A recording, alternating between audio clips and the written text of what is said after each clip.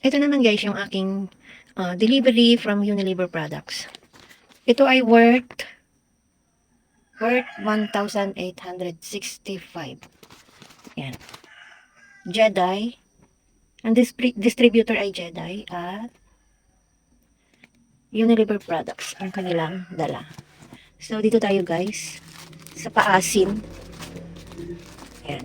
Sinigang sampalok na may gabi. Tapos, dalawang tay ng North chicken. Tapos ito may promo. May free coffee ko blanca.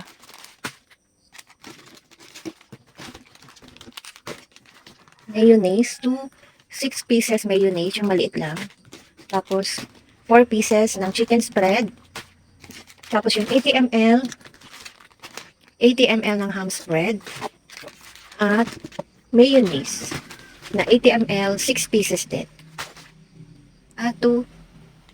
Ano lang pala yan? 5. Tapos, ito. Nag-order din ako ng Ladies Choice sandwich spread. Sabi ko sa kanila, wag nyo naman akong bigyan ng putol-putol na. Kasi sinasabit ko to. Yan.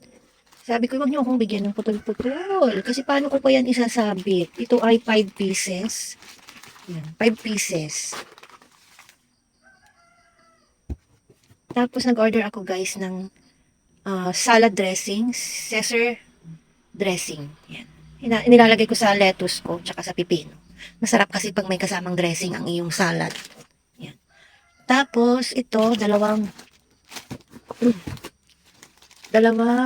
sunsilk green, dalawang sunsilk pink. Itong sunsilk pink, guys, meron pa akong stock nito. Nagdagdag lang ako kasi napakamabenta ng sunsilk pink sa akin. Tapos, yan, Rexona green.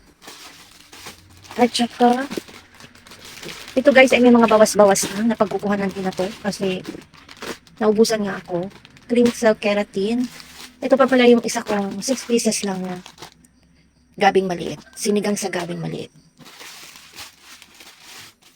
Tapos cherry blossom. 24 pieces ang aking mga cherry blossom. 24 pieces.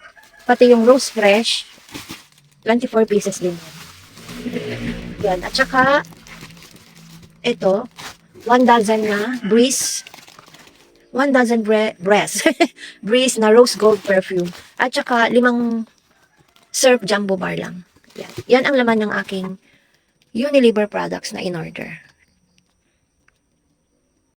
Hello guys, magandang hapon at may paggalaw naman ang presyo ng mga Ginebra products katulad ng Fresquito, Quattro dahil nga ichika sa akin nung aking suki dun sa palengke nung namili ako nung isang araw. Sabi niya magtataas na naman ang mga alak at ang nangunguna doon ay ang mga Fresquito, Quattro, basta lahat ng Ginebra products ay magtataas. Kaya pag uwi ko sa bahay, dali-dali akong tumawag dun sa aming wholesaler at tinanong ko kung nagtaas na ba sila at nahuli na ako, nakapagtaas na sila guys. Ang presyo ng Fresquito ngayon ng isang box sa kanila sa wholesaler sa bayan ay 1,526 dun sa kabila at dun sa kabila naman ay 1,512, mas mababa ng konti. Pero nagtry ako guys sa grocery. Wait lang guys. Ay, balik tayo guys, may bumili lamang. At nagtry nga po ako sa grocery at good news dahil ang presyo ng kanilang Fresquito ay old price 1,450. Kaya dali-dali akong umorder ng 5 box agad. Papakita ko sa inyo guys. 5 box agad at saka isang kahon lang ng Quattro kasi medyo hindi naman kalakasan ng Quattro. Ang mabili lang talaga sa akin ay Fresquito, kaya dinamihan ko, ginawa kong 5 box kasi dito po sa amin ay nagtaasan na yung iba, ay pwede kong dagdagan, gawin ko na siyang mataas, magdadagdag na ako kasi mataas na rin naman ang bentahan nila, kaya sasabay na ako habang ang presyong kuha ko sa grocery ay medyo mababa pa. Kaya sinamantala ko guys, nag-order ako ng 5 box. Yun lang kasi ang budget ko. Kung ako'y meron palang budget na hawak ay talagang dadagdagan ko pa, pero nahirap order ng madami kasi cash to cash din sa grocery. Pagdating ay cash mo siyang babayaran. Kaya 5 box lang, bali 6 na box, 5 fraskito at 1 4. Tapos sinamahan ko na rin ng ibang mga paninda. At ano siya guys, dumating siya kahapon at ang halaga ng aking binayaran doon sa grocery ay 10,321. Hindi niyo siguro makikita guys kasi masyadong maliit. Dumating ito kahapon.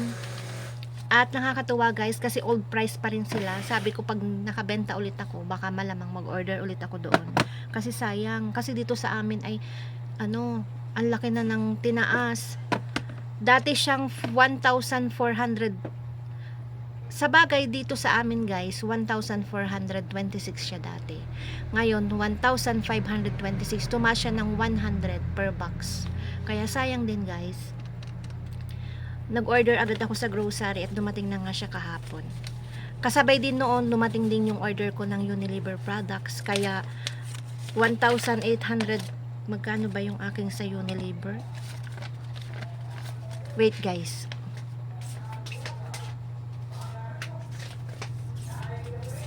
Ito guys, yung aking in-order sa Unilever products ay 1,865. 1,865 plus yung aking order sa grocery na 10,000 wait lang guys, naguguluhan ako. 1,865 kuha na plus 10,321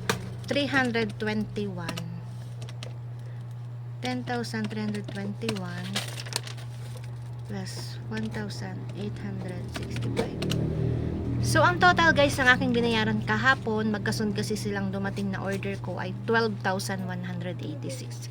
Yun guys yung aking dumating na order kahapon. So, alak pa lang at saka konting mga items sa tindahan ay medyo malaki-laki na. Ano po? Anong bibilhin? Dalawang akong sibuyas, 2 bawang, at 5 Wait lang guys. So yun guys ang aking ginagawa, naghahanap talaga ako kung saan mas mababa pa, mas mababa. Kung dito sa amin sa wholesaler ay nagtaas na sila, ako'y naghahanap pa talaga ng makukuhanan na mas mababa. At nagkataon naman na ang grocery ay medyo mababa pa. Nasa 1,450 pa lang yung kanilang isang box ng praskito. Kaya yung mga ganung bagay sinasamantala ko guys. Makakatulong kasi yun, syempre magtataas na rin ako ng presyo at yung mataas na presyong iyon ay mababa pa rin ang kuha ko sa grocery. Yun ang ginagawa ko guys para makabenta tayo at makatubo tayo ng maganda-ganda. Panibagong taon na naman kaya magtataas na naman ng mga alak-alak at kasunod niyan ay sigurado yung sigarilyo naman. Kaya kailangan na natin mag-imbak. Paminta? Wala na akong paminta, ubos na. Ubos ang paminta. So guys, ipapakita ko sa inyo yung mga dineliver sa akin ng grocery. So ito nga guys, yung dumating sa aking delivery kahapon sa grocery. Yan ay 1, 2, 3, 4, 5. 5 fraskito at 1 kahong 4. Yan. At saka kasama din ito, yung 2 box na yan. Mga paninda din yan sa tindahan, mga items na ubos na.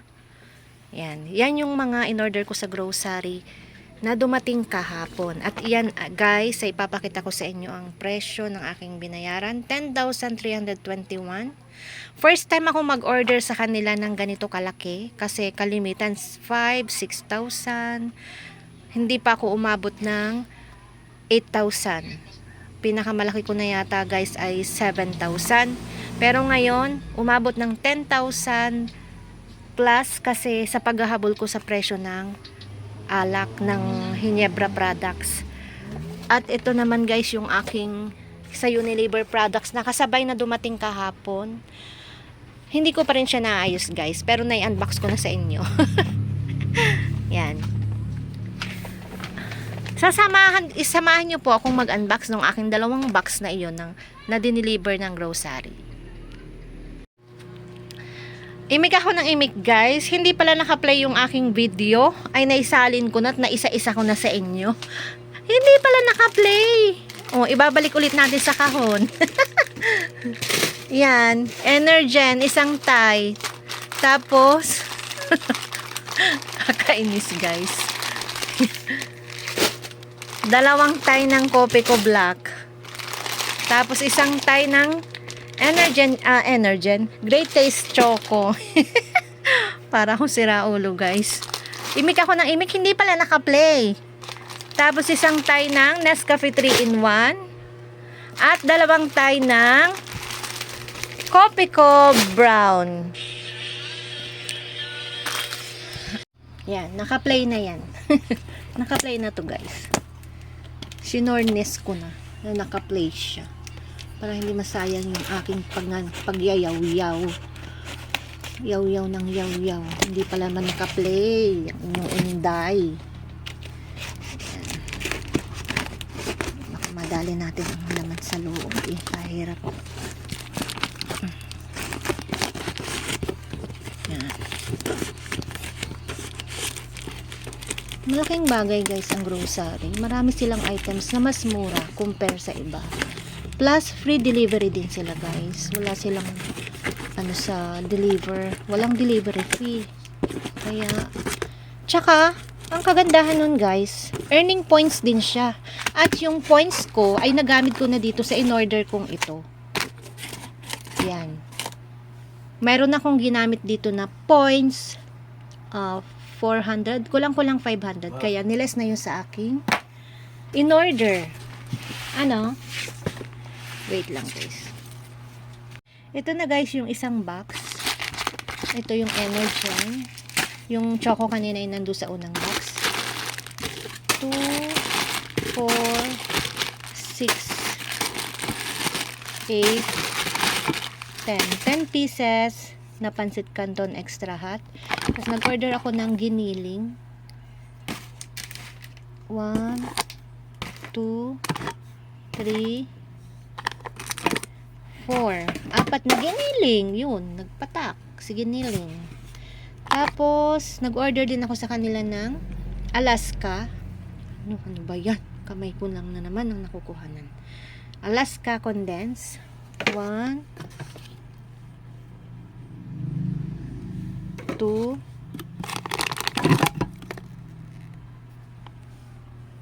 3, 4, 5. 5 lang na Alaska Condense. Tapos, ito yung kasamahan ng Sunmig Light sa unang box kanina. Sunmig Lights. Sunmig Sugar Free. Yan. Super Coffee. 3 to. Ito guys ay may buy 8, get 2 free. Dapat pala dinamihan ko na yung order ko nito. Yan. Tapos, Mang Tomas sa bote. 1, 2. Ay, ito ay siga. Yung isa ay siga. Isang siga lang in-order ko. Ba? Dalawa pala. Ano ba yan? 2 siga. At 5 hindi maanghang.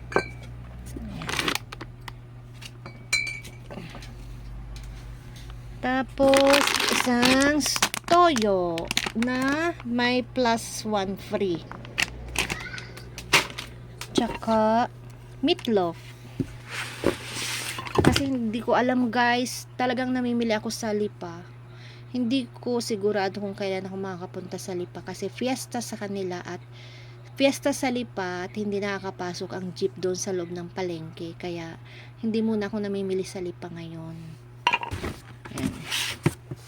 5 lang guys ang kinuha ko na meatloaf. Yan. Yan naman ngayon ang aayusin ko.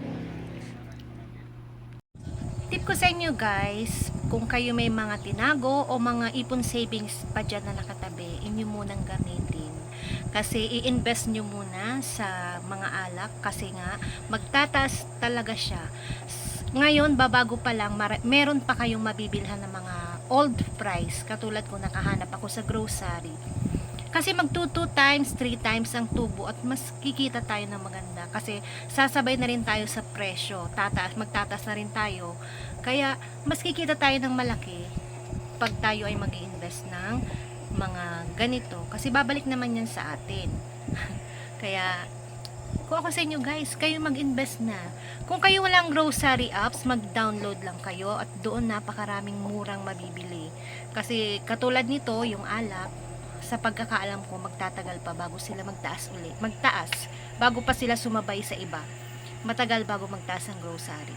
Kaya mag-download na kayo guys. Hindi po ako ng grocery ha. Natutuwa lang ako sa kanila kasi meron din silang earning points. Kaya, so yun lang guys ang aking share for today's video. Bye everyone at God bless po sa ating lahat ng mga katendero, katendera at thank you. Bye!